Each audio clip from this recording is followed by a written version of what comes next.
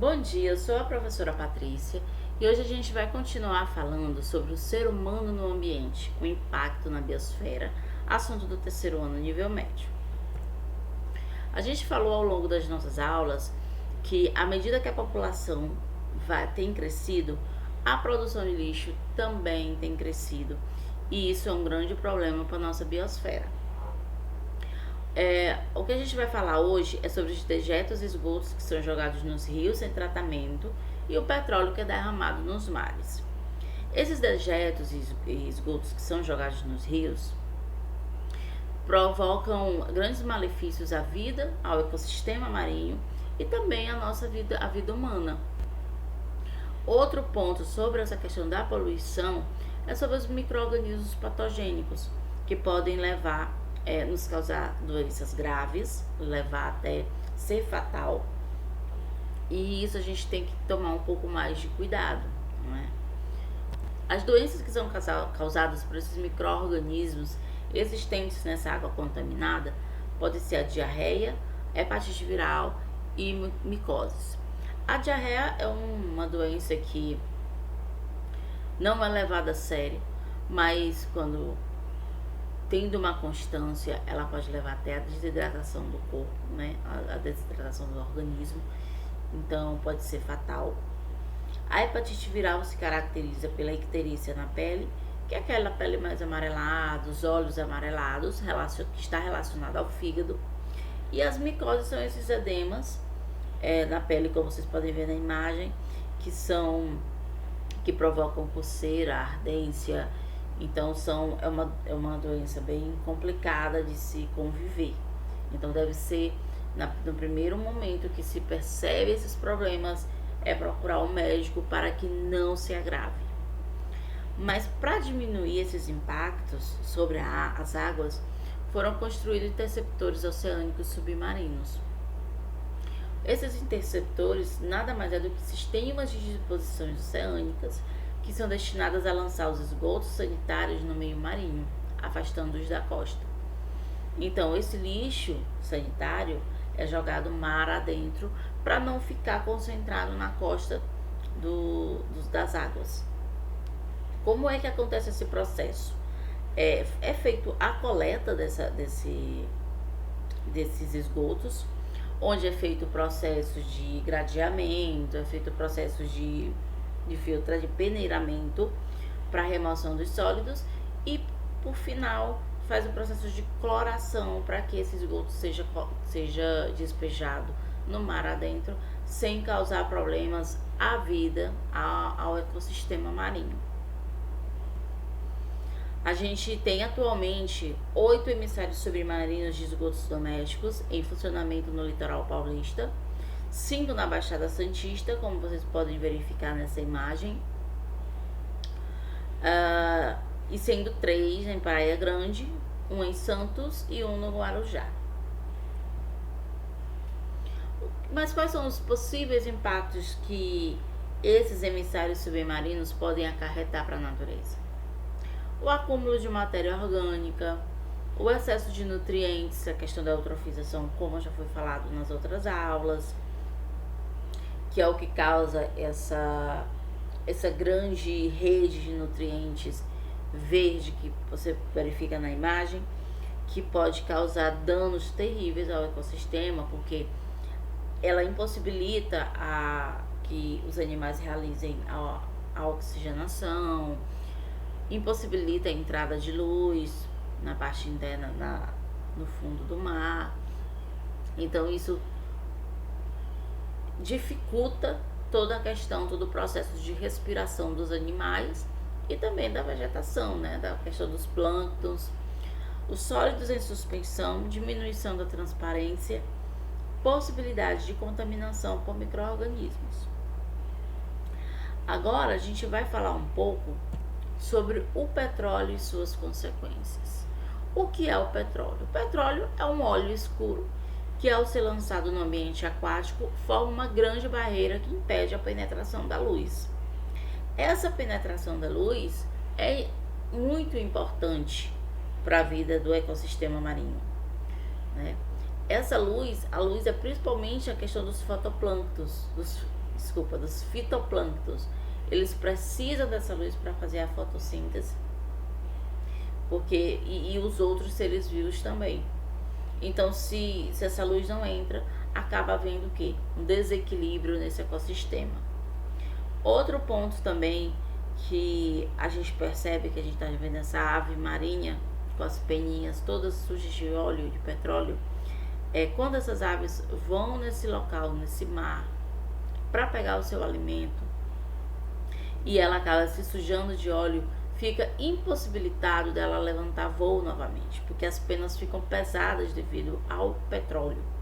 Então, isso, ela fica ali naquele local que não é o habitat natural dela, então fica mais complicado dela sobreviver.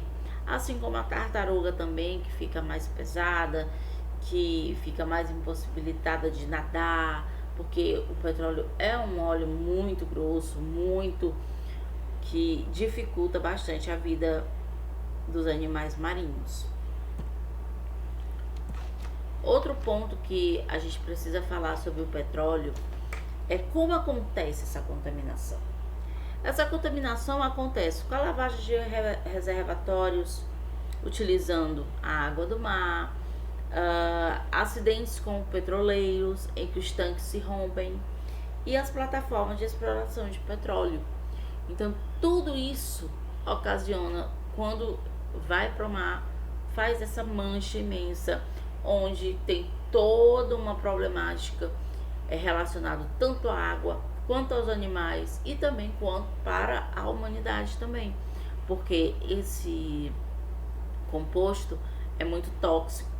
E aquele animalzinho, por exemplo, aquele peixinho que a gente vai comer, por exemplo, se ele estiver contaminado com petróleo, vai causar grandes malefícios para a nossa saúde. Além de que também esse mesmo peixinho pode ter as brânquias, quando esse petróleo adere às brânquias desses peixes, impossibilita a respiração desses animais, o que acaba levando ele à morte. Agora a gente vai falar um pouco sobre o problema do lixo. Como já foi dito no início, à medida que a população vai crescendo, a produção de lixo também cresce. O que a gente pode ver nessa imagem do nosso país, onde tem os resíduos sólidos urbanos coletados por dia no Brasil em toneladas, o que a gente consegue verificar que na região sudeste é onde há maior concentração de lixo. Então, só nessa região é onde há a maior concentração de pessoas, então é onde é produzido o maior número de lixo. Nesse outro gráfico a gente consegue perceber que o maior lixo produzido é matéria orgânica, né, 65%, e o papel sendo 25%, né. O maior problema do lixo é que ele é coletado e deve ser jogado em algum lugar. Esses locais causam, sim, grandes problemas na natureza, no solo, para os animais, para as pessoas. 75% desse lixo coletado é depositado em lixões a céu aberto, como é o que está na imagem. Muitos animais, a pessoa coletando ali, estando suscetíveis a doenças. É onde acontece a maior concentração de micro-organismos patógenos que causam as doenças, que já foi falado, que aquelas doenças não são causadas só pela poluição marinha, e sim qualquer tipo de poluição. Então, essa pessoa que está catando lixo para a sua sobrevivência está vulnerável a essas doenças. 23% do lixo é colocado em aterros sanitários e 1% do lixo é incinerado. Dentre todas essas opções, a melhor seria, tanto para o meio ambiente quanto para as espécies, tanto animais quanto nós humanos, seria a incineração, porque não há a incineração, o lixo é queimado. Então não há essa contaminação, não há esses micro-organismos patógenos concentrados em uma certa área. As principais vantagens da incineração: a redução do volume de lixo, a eliminação de características patogênicas dos resíduos de saúde e a recuperação energética, substituindo as formas de geração de energia tradicional, eliminando a emissão de gases que vêm das estações de energia. Então, a incineração realmente é um combo que em sua maior parte, só causam vantagens, só produzem vantagens para esse lixo que é coletado. Agora a gente vai falar um pouquinho da coleta seletiva. É muito importante que a gente tenha essa consciência de fazer a separação do lixo, de usar menos plástico, usar mais o papel, que ele é mais a sua decomposição é um pouco mais rápida.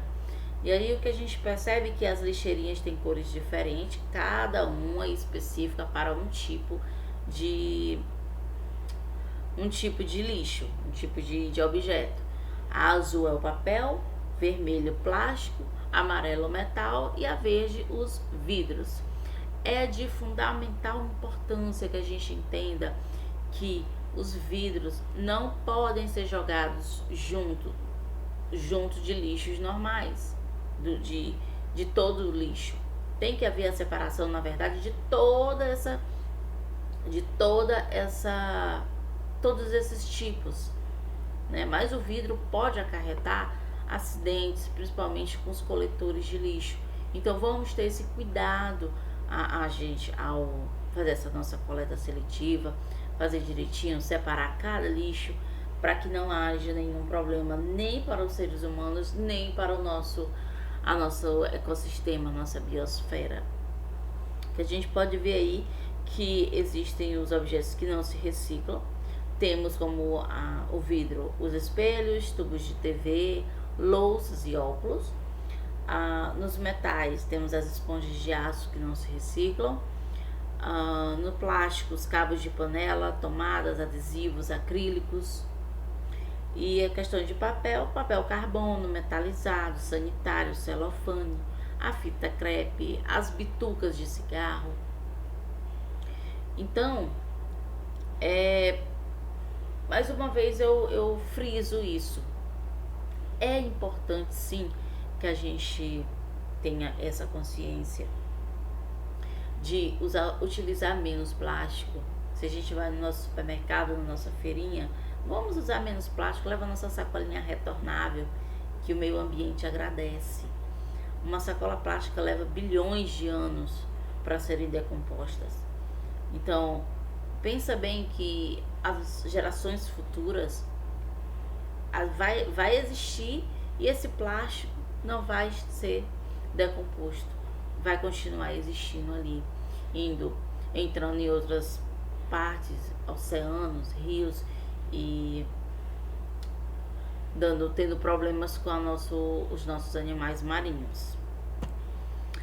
Dentro dessa coleta seletiva, a gente também pode falar sobre a reciclagem. A nossa garrafinha PET, as nossas tampinhas, dentre outros. Por exemplo, em escritórios onde é utilizado muito papel, a gente pode reutilizar esse papel, a parte de trás. A gente que tem crianças em casa pode fazer um caderninho para virar um caderno de desenho. Então isso já faz uma diferença sim na nossa biosfera. O que a gente pode ver aí são brinquedos de materiais reciclados. E além da gente estar fazendo bem para o nosso meio ambiente, a gente também pode chamar nossos filhos, nossos sobrinhos, nossos afilhados para ajudar a gente na construção desses materiais. Eles vão ter essa consciência de reciclagem, de coleta de lixo e também vão se divertir fazendo esses brinquedos, esses objetos. A gente finaliza a nossa aula falando que essa linda frase: a reciclagem transforma coisas em outras, o que é quase mágico. Muito obrigada. Essa foi nossa aula.